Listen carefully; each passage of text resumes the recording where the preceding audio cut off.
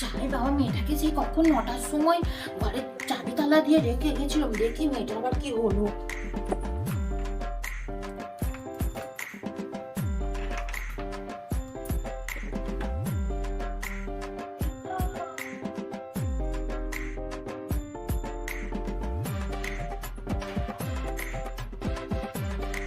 এই মানু, মা তুমি এসেছো?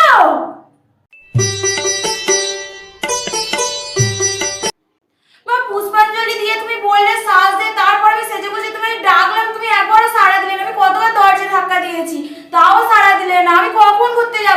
সরস্বতী পুজো সব শেষ হয়ে গেল, আমার বন্ধুরা মনে হয় সব ঘর চলে গেল। কখন যাবো? বিকেল 4টে বাজে, তুমি আবার এখন নিয়ে চলো।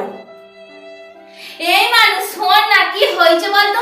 তোর বাবার বাইকে তো আমি আর তোর বাবা ছাড়া আর কারো ধরবে না, তিনজনের জায়গা হবে না, ওই জন্য তোকে তো চাবি তালা দিয়ে চলে গেছিল। তুই চিন্তা করিস না, আমি সব স্কুল ঘুরে ঠাকুর দেখে এসেছি, আর তোর স্কুলে গিয়ে তোর জন্য একটু চিকচিকে করে খিচুড়িও চেয়ে এনেছি। চ খাবি, চ চ চ, রাগ করিস না, চ খাবি, চ চ। তুমি আবার ঠাকুর দেখতে নিয়ে যাও না, আমি খিচুড়ি খাবো না, যাও। ও করে না মানুষ, চলো রাগ করেন, তোমাকে পরের বছর সরস্বতী ঠাকুর দেখতে নিয়ে যাব। পরের বছর? सारी उम्र मैं जो कर जा बड़े